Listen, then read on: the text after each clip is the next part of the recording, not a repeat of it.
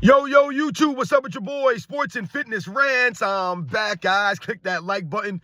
Subscribe to my channel. What's up, y'all? Welcome back. And welcome to another edition. That's right, ladies and gentlemen. We are on part 34 of LeBron James Fans Say Weird Things. That's right, ladies and gentlemen. We're going to do it again. We're going to continue this. I told you, man, I love doing this series. I love doing these comments and reading off these comments that the LeBron James fans always leave on my videos. And I know you guys enjoy this segment on my channel. So we're going to continue this, and we're going to go again with LeBron James Fans Say Weird Things. Like I said, guys, part 34. That's right. You heard me. Part 34, man. And it's more the same for these people, man. A bunch of weird statements. A lot of times, they don't dispute anything in my videos. They just make, these either personal attacks on me. I got people making up their own channels now with my face. That's right, ladies and gentlemen. That's how weird these people have gotten. And we're going to continue this video, man. So once again, I want to thank you guys, everyone across the world, everyone across the states that's been supporting my channel, that's been supporting the LeBron James Fans Say Weird Things playlist, man.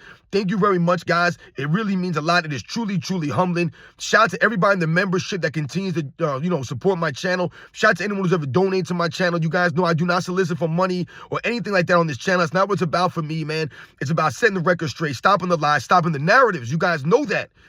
And without further ado, man, we're going to get this show on the road here, man. And you guys know what to do. Turn the volume all the way up. Hit that play button. Remember, these videos are for educational purposes. And let's roll. Remember, guys, they're for educational purposes. That's why we're here, to educate the LeBron James fans, but not only the LeBron James fans, just people out there in general. True supporters of basketball, the true supporters of my channel. I hope you guys do feel that you're getting some level of education here, that you're getting some level of, historical perspective, right? That's what I really hope, as a kid or a guy who grew up in the 80s and 90s, watching NBA at that time, and I try to give you guys, like I always say, to give you the perspective, the historical perspective of someone who grew up watching basketball at that time. And like I said, we will not allow them to tear down the past eras or rewrite history, guys. And that's really what it's all about, man. So I really hope that you guys, get something out of these videos. It's not just, for us to laugh at these clowns, even though we do enjoy that, but we also want to educate them. These fools like Gilbert Arenas, I've educated Gilbert Arenas. And yes, Gilbert Arenas has played in the NBA. I've never sniffed playing in the NBA, but somehow, some way, I still am able to know more about the historical perspective of the NBA. I respect the historical perspective of the NBA much more than Gilbert Arenas, who was constantly contradicting himself. The guy's a complete hypocrite. Shout out to my man Scap. I saw his video talking about Gilbert Arenas and all the Kobe nonsense that he's talking. Once again, he's always back and forth. These guys, they can't keep up with their lies, with the hypocrisy. It knows no bounds, man. But without further ado, we're going to get into the LeBron James Fans Say Weird Things part 34, guys. And I only wrote down what I wrote down. 1, 2, I think like 5 comments here, guys. But like I said, it's more of the same, man. But we're going to have a good time with it, man. So you guys know the deal, man. Without further ado, let's get rolling with the first comment, man. And once again, this is weird. Your obsession with these black men is disturbing. This was the comment that was left on a video. This is maybe like from a month ago, and I just found this comment that I had. Because normally what I do is I take a screenshot of these comments. That's normally what I do. Right? I screenshot these comments, and sometimes I don't even realize how many comments I have. I got to go back weeks, even maybe a month or so, and find some of these comments that I forgot to touch on or forgot to mention. I will screenshot them, and then I usually write them down so that I can make these videos. So like I said, this one might have been from like a month or so ago. And once again, they make it about race. I'm weirded out, actually. I'm weirded out with the LeBron James fans and their obsession with race. They love to play the race card. And it makes no sense. You guys are so lost here. I don't get it. My obsession with these black men is disturbing. Now, I don't understand what these people are trying to say once again, when I say when you bring up race in these conversations, because everyone that we're talking about is essentially black. Are they not? I mean, it's funny how I always see Nick Wright, who's not black, talk about Michael Jordan all the time. Always talking about Michael Jordan. So why don't you guys ever think or say or think that maybe Nick Wright's being a racist? He's tearing down a black man? It doesn't add up. Once again, Michael Jordan's black. I hear a lot of LeBron James fans tearing down Michael Jordan. I see a lot of LeBron James fans tearing down Russell Westbrook. right? You guys remember how Russell Westbrook was treated when he played? The man didn't even play 2 full seasons with LeBron James. He played 1 full year with LeBron James, and the man was receiving death threats.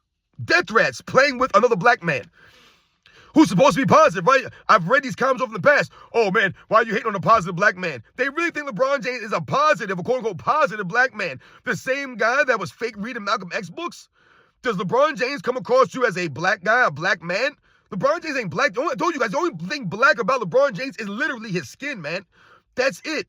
That's it. His kid's skin is black. His wife's skin is black. That's it. These people ain't, LeBron James ain't black. If LeBron James was really, quote unquote, black, I'm so tired of people talking about this blackness. We have to prove our blackness. But LeBron James is so black that he fake read a Malcolm X book. So you're basically disrespecting an actual true black man who stood up for the black people, who did things for the community. What has LeBron James done for people? LeBron James don't do a damn thing for anybody but himself.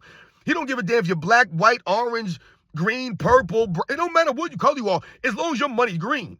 That's all LeBron James cares about, is the money and the fame. So I really find it weird that LeBron James fans will always bring up blackness, the skin color. Because aren't LeBron James fans the same people that love to talk about past eras and they'll call these slow, unathletic white guys? They love to bring up race. It doesn't make any sense. It's so weird to me. Why are you guys always worried about race? You guys talk about white people, but then you have a problem with people talking about black people?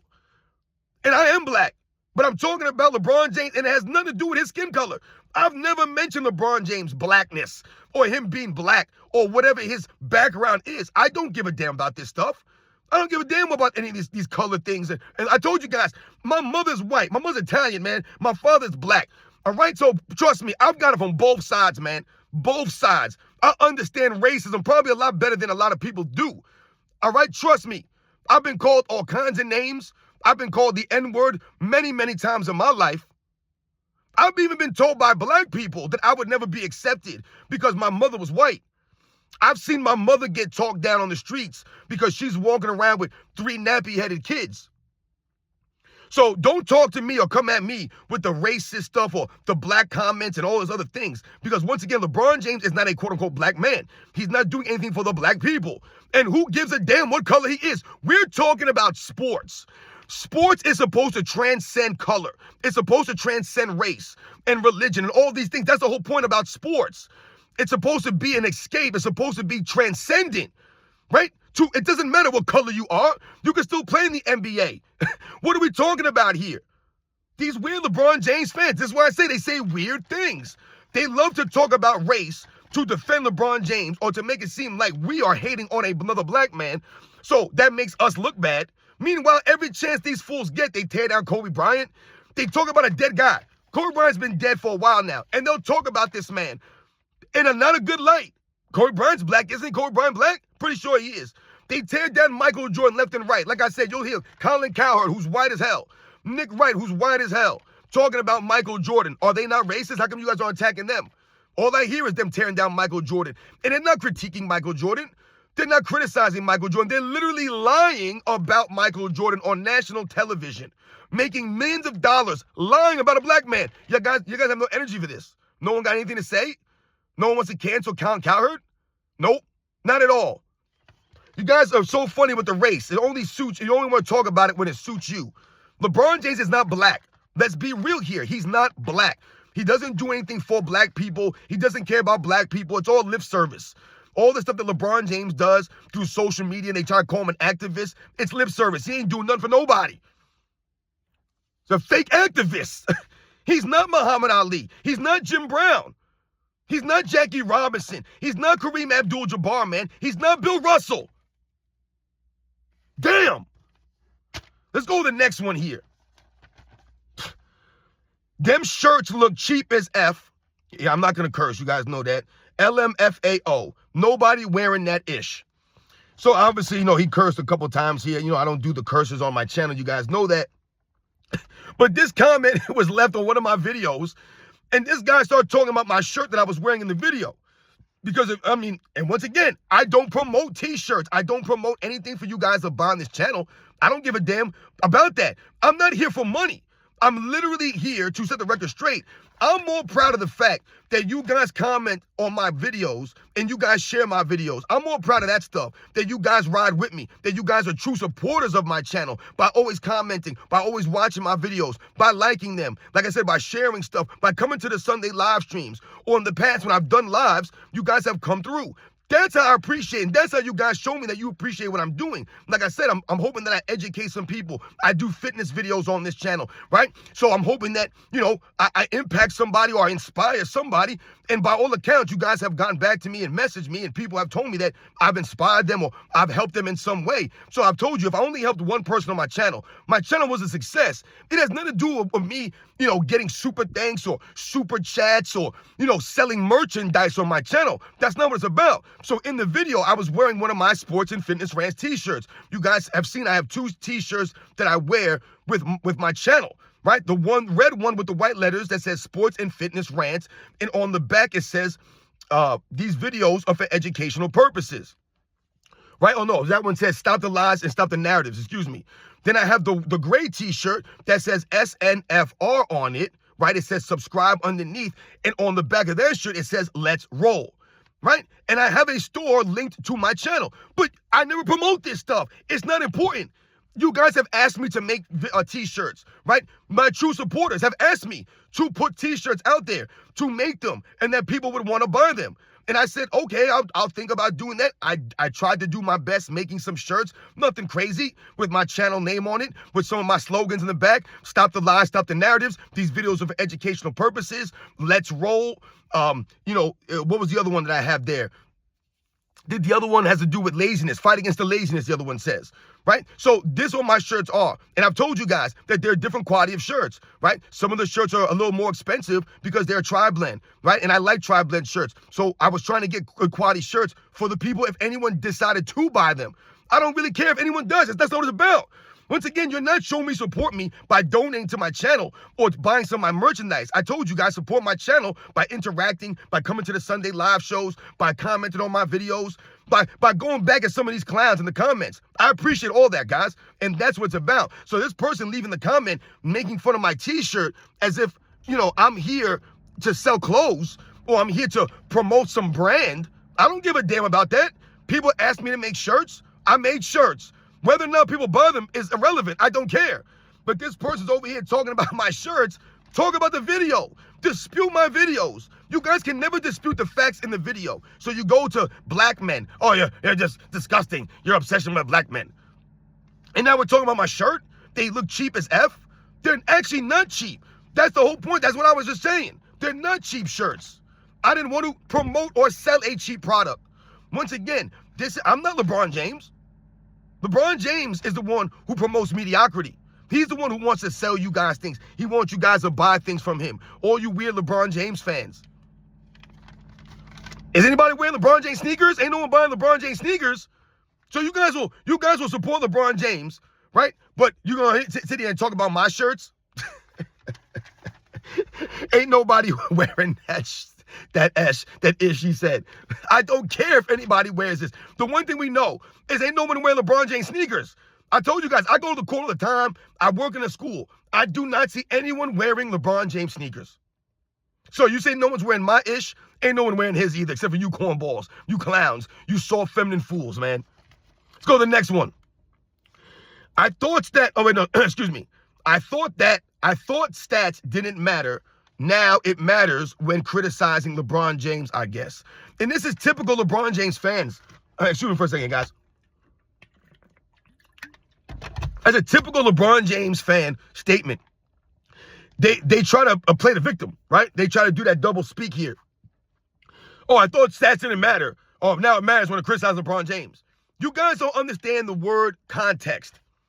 Because this comment, I believe, if I remember correctly, it came off a post that I made based off of a screenshot on Uncut Hoops video.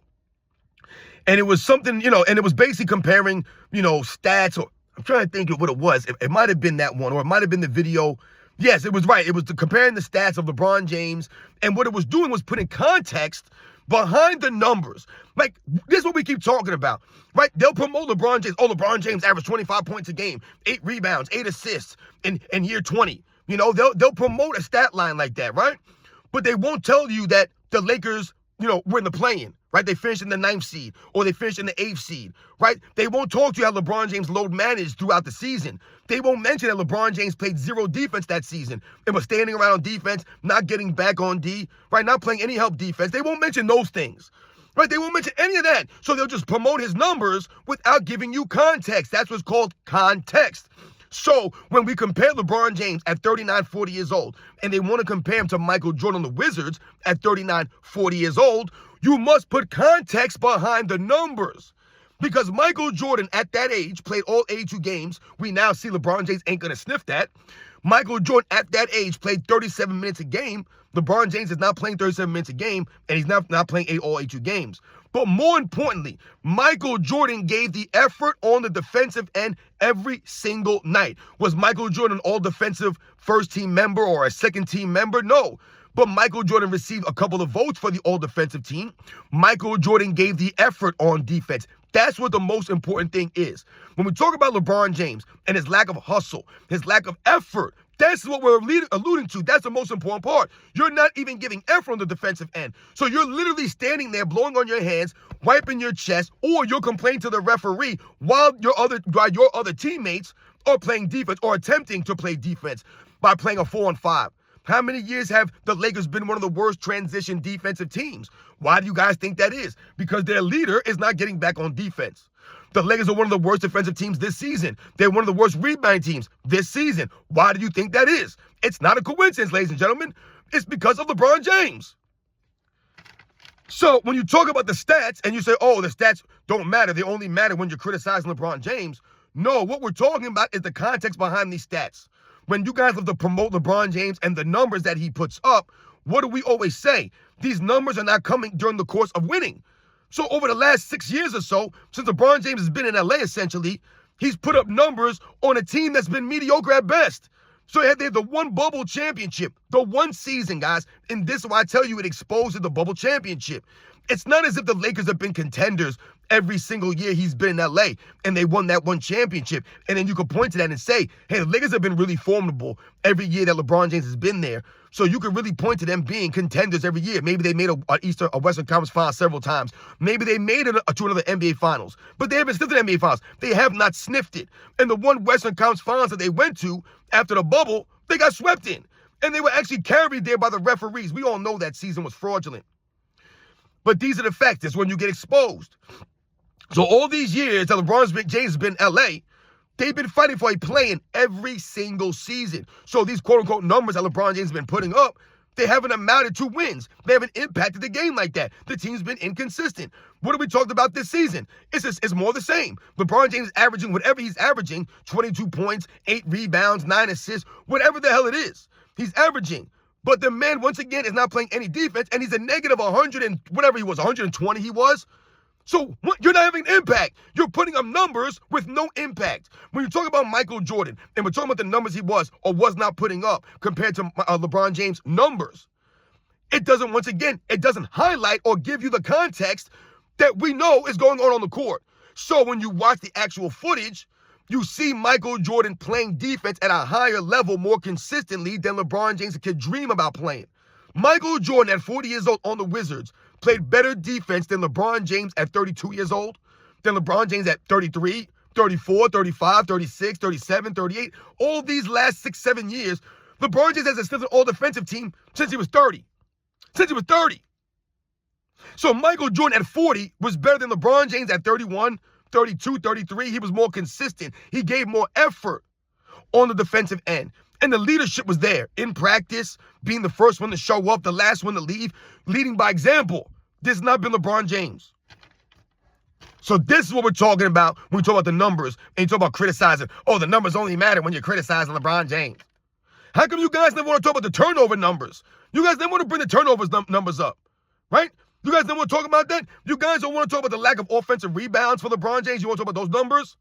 You guys only want to talk about the numbers that you want to talk about. So you guys sound ridiculous coming into my comment section crying about, oh, the numbers only count when you're criticizing LeBron James. You sound ridiculous, man. Absolutely ridiculous. You guys are a joke. Absolute joke. You guys don't want to talk about the free throw numbers, right? That the Lakers get every single season, and they still only happen to be in the play-in. You guys don't want to talk about the lack of fouls against LeBron James. You guys don't want to talk about the lack of travels or carrying violations against him. None of this. You guys have no interest in none of those calls, right? None of those stats, right? Nothing to say about that. Once again, I dare you guys to make a video. I dare to put your face on camera, make a video. I dare any of these clowns. Can't do it because you're a coward just like LeBron James is.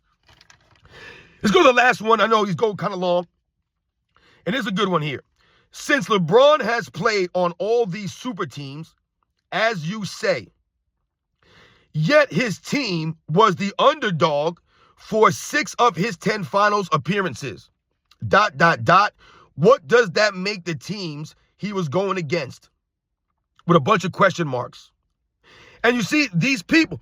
This is what LeBron James fans do. They think that they're saying something smart. This guy really probably thought, yeah, man, I just got him. He can't respond to that.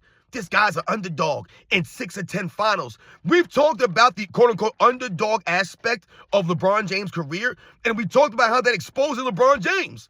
See, the LeBron James fans think that's a feather in his cap. They'll say, oh, LeBron James is an underdog in all his finals. He's the underdog. He's the underdog.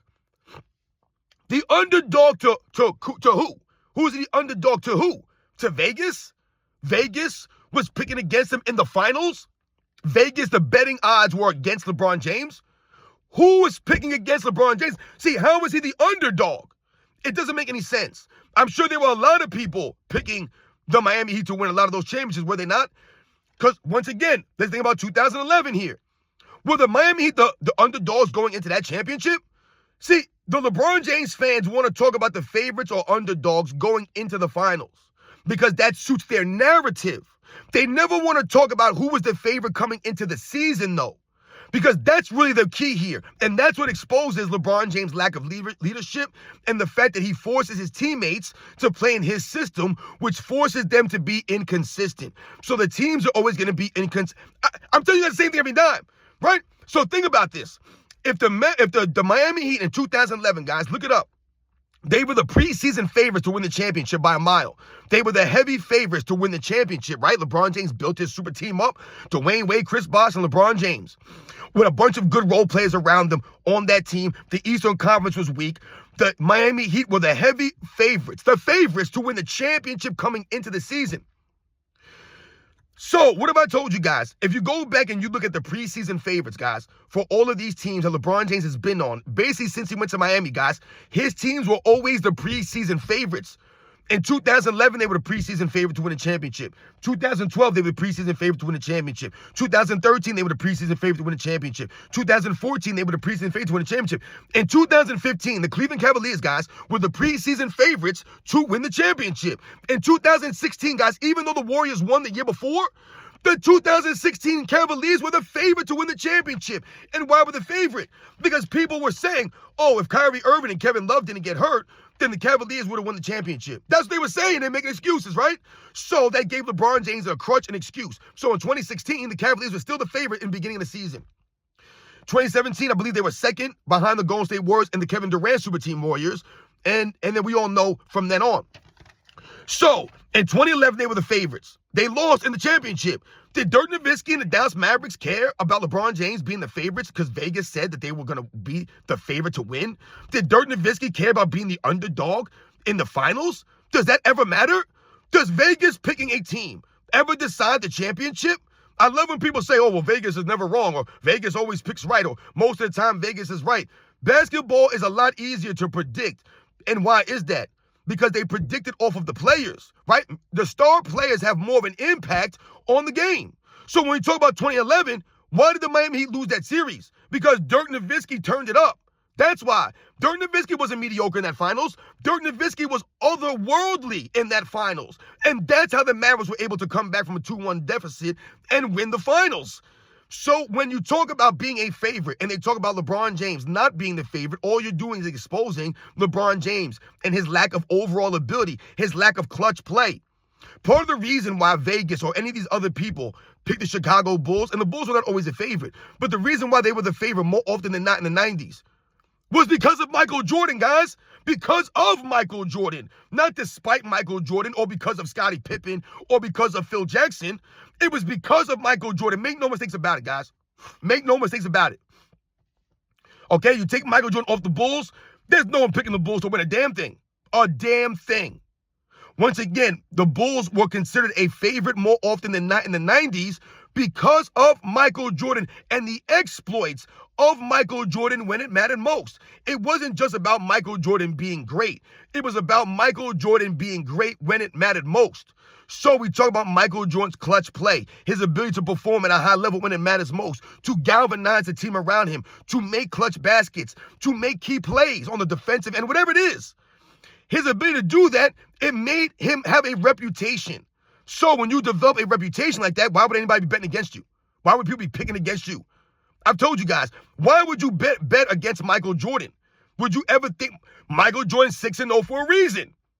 So why would you bet against Michael Jordan? Why would he be an underdog when he proven and has proved throughout his career to raise his level of play when it mattered most, to galvanize his team, to get the most out of his teammates? So his teams were consistent. If the Bulls were expected to win a certain amount of games, they often exceeded that, right? Expectations. Look at LeBron James teams. Oftentimes they were expected to win a certain amount of games. They fell short of that almost every single time. So that's falling beneath expectations. So if your team is not playing up to expectations throughout the regular season, you're inconsistent, then why would you be a favorite going into a championship? You see how that exposes LeBron James, guys? So this person says here, what does that say about the teams he was going against? What that shows and highlights is that he played against teams that weren't super teams, that were based off of team play. We talk about the Golden State Warriors in 2015. Does anyone believe that the 2015 Warriors were some stat crazy team? No, I told you the Cavaliers were the favorite going into that season. They were the favorite. Remember, the Cavaliers had a 2-1 lead, guys, in that championship. They were up 2-1. Despite Kyrie Irving and Kevin Love being hurt, they were still up 2-1. And what do? They make excuses for LeBron James because he couldn't stop Andre Iguodala out there. 2007, the Cavaliers versus San Antonio Spurs. Once again, they talk about being an underdog. But what does that have to do with your overall play? LeBron James in the 2007 NBA Finals. The main reason why the Spurs beat them 4-0 is because LeBron James. Because he played like crap. There's a difference. It's not as if Michael Jordan and the Bulls were losing to the Pistons in 88, in 89, and 90 because Michael Jordan was scoring 22 points a game, averaging 6-7 turnovers a game, not doing a damn thing, shooting 35% from the field, like just goofing it up out there, turning the ball over all over the place, not playing that defense. That's not where the Bulls were losing. The Bulls were losing because they just weren't a better team than the Pistons. That was the bottom line. Michael Jordan was otherworldly. He was out of control. They had to come with Jordan rules to try to slow this man down because they couldn't stop him. But the problem was Michael Jordan literally got no help. Literally got no support out there from a young Pippen, a young Grant, Bill Cartwright, right? Craig Hodges, Brad Sellers, right? These are the kinds of, they weren't helping Michael Jordan. But it wasn't Michael Jordan folding up. So you couldn't put it on him. When you think about the 2007 NBA Finals, you can squarely put a lot of the blame on LeBron James. Were the Spurs a better team? Yes, you could say the Spurs were a better team. But should the Cavaliers have been swept? Hell no. They could have easily won 2 of those games. And once again, every one of those games was close. They lost the games because LeBron James averaged 22 points a game on 35% shooting, averaging 6 turnovers a game. That's why they lost. If the man could have shot the ball better, had a better overall game, played some better defense, not turned the ball over so much, right? All of a sudden, the Cavaliers, they might win those games. All of a sudden, it's a closer series. It's not a sweep. But then LeBron James fans, once again, don't want to put any accountability on LeBron James. They'll just say, oh, he's an underdog. He's going against the Dynasty Spurs. That's your excuse? He's going against Dynasty Spurs? Talk about the Dynasty Spurs, man. They lost because LeBron James did not step up. And once again, we talk about the route to the championship. This is where LeBron James gets exposed again. The teams that LeBron James faced in the NBA Finals, when we talk about who? The Oklahoma City Thunder in 2012. We talk about the San Antonio Spurs in 2013 or the Spurs in 2014. Or we talk about the Dallas Mavericks, like I said, in 2011. We talk about some of these teams, the Golden State Warriors in 2015, 2016, 2017, 2018, the Miami Heat in 2020. What are we saying here? What are we saying? A lot of the Western Conference teams we talked about, they were more battle-tested. They had to go against better teams overall to make the finals. That's not the case for LeBron James and the Miami Heat. That wasn't the case for LeBron James and the Cleveland Cavaliers. They were beating up on mediocre teams at best. So they weren't really deserving to be in the championship, or they weren't really battle-tested. And they didn't have any true leadership. You're not practicing. All of these things go into this stuff, guys. It ain't just as simple as, oh, they were the underdog. Why were they the underdog? That's what the LeBron James fans should really be asking themselves. If LeBron James is so great, he's the greatest player of all time, then why is his team the underdog? See, they try to make it out because of the competition was so stiff. But that's not the reality. The reality is that LeBron James' teams underachieve throughout the regular season. They're inconsistent. So he builds up a super team. They underachieve because all of a sudden now the expectations have been ratcheted up. You built a team up and you guys don't live up to the expectations. So all of a sudden now coming into a finals, you may not be the favorite because no one believes in you. LeBron James ain't that dude. So once again, that exposes him. It doesn't expose the guys he's playing against or that he wasn't really on a super team. He built that team up. He ran away to that team because he didn't want to go through the grind like a true competitor. And those are the facts, guys. Those are the facts. The only LeBron James fans, you guys are so weird, man. You guys make no sense out here. I know I've gone really long in this video. I'm so tired of hearing about the underdog stuff. Oh, LeBron James is an underdog. Yes, that exposes LeBron James. If he's an underdog that many times, then there's something he ain't doing right. There's a reason, because he's playing into the system. I mean, they literally lost the 2011 finals because of LeBron James and his inability to make jump shots, to take jump shots, to play defense like that, to galvanize the team. He fell apart out there. He couldn't play all ball. So Dwayne Wade had to bend over backwards. Chris Bosh had to mold his game. They had to bring in more free agents. They had to get Ray Allen. They had to get Shane Battier and Mike Miller. They had to get Birdman Anderson. They had to get all these guys, man, to help these guys win, to help LeBron James. But he's an underdog? Why?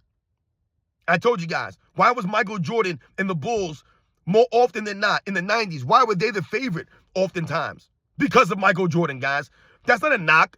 And once again, what does that guarantee Michael Jordan and the Bulls? Don't guarantee them a damn thing. I can argue, and I've argued, that there was more pressure and it was actually harder for Michael Jordan and the Bulls to continue to remain undefeated, to continue to keep doing that. Everyone kept gunning for them every season. They won 2 3-peats. So every year you're coming in as a defending champion, and they're coming for you. The teams are giving their best shots at you. The players are coming in. They're ready to go. So they're to deal way more pressure, way more hype. LeBron James ain't sniffed a 3-peat. You guys know the deal, man. I'll catch you guys on the next one.